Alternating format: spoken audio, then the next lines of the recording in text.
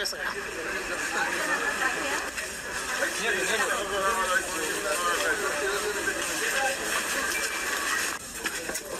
না না না, আমরা কি ভিতরে আমরা ভিতরে ঢুকি।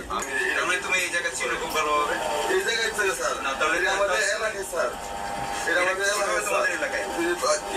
আমাকে যে জায়গায় তো 20 টাকা। আমি 2 মাস আগে ডিপু ভাই যায় অনুসন্ধানে আমাকে 2 মাস ধরে ওনারা জোর করে আমাকে রাতে মিশি করাইছে। তাই না? আমি আগে স্যার বাসে স্যার দেখেন আপনি তুমি এই টাকা কিসের?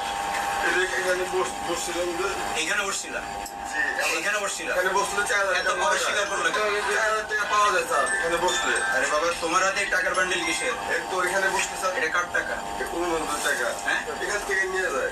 আরে বাবা তোমার হাতে এই টাকা কার? ওই যে ওনাদেরই। উনি কে? নাম কি? নাম বলে উনি না, উনিটা কি? না বাবু ভাই। আচ্ছা বাবু ভাই কি তুমি? আমি সেলসম্যান বাবু ভাই। Very good. 1000 সেলসম্যানের কাজ বিক্রি করা। না বিক্রি করা না স্যার। সেলসম্যান মানে সপ্তাহে এক মাসে একবার দিছিল স্যার আমাকে। বলছি স্যার এসব সব আমি বলছিলাম স্যার না ডিউটি করছি স্যার।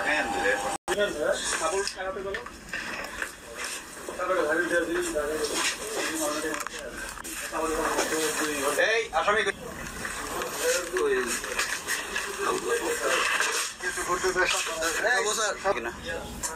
ওদিকে সরো, ওদিকে সরো।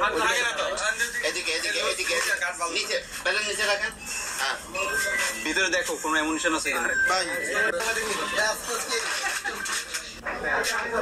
চাকরি করে দেখছি। এখানে চাকরি করেন? কিসের চাকরি করতেন? আমি নাইট ডিউটি করি 1050 টাকা হারিয়ে। নাইট গার্ড তো সবই জানে, সব তো ঘুরে। আপনি জানতেন না এখানে এই ধরনের অপকর্ম আমি হয়? তো জানি তাও আমি চাকরি করবো কি করবো আমার তো জানি না, ও চাকরি আত্মা করছে। ভালো না স্যার। আপনার দায়িত্ব ছিল না যে আইন শৃঙ্খলা, আপনার কাজ কি? আইন শৃঙ্খলা বাহিনীর সহযোগিতা করা। নাইট গার্ডের কাজ কি?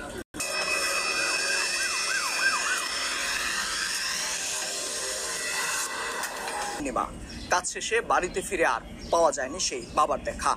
অবশেষে নিথর দেহ মেলে বিভৎস অবস্থায়। কে, কারা কিংবা কেনই বা করলই হত্যা? আইন শৃঙ্খলা বাহিনীর একাধিক সংস্থার তদন্তের পর অবশেষে ক্লুলেস এই মামলার রহস্য উদ্ঘাটন করে PBI. Police bureau of investigation কোনো এক অপরিচিত নম্বর থেকে কল আসে পিবিআই অফিসে। জানানো হয় আশুলিয়ার জামগড়া এলাকায় বিভৎস অবস্থায় পড়ে আছে এক মরদেহ। সংবাদ পাওয়ার পরপরই সরজমিনে পরিস্থিতি দেখতে ঘটনাস্থলে ছুটে আসে পিবিআইয়ের একটি দল। ওনার মুখের ভিতর দিয়ে সিজার অর্থাৎ কাপড় কাটা কেচি ঢুকিয়ে তাকে হত্যা করা হয়।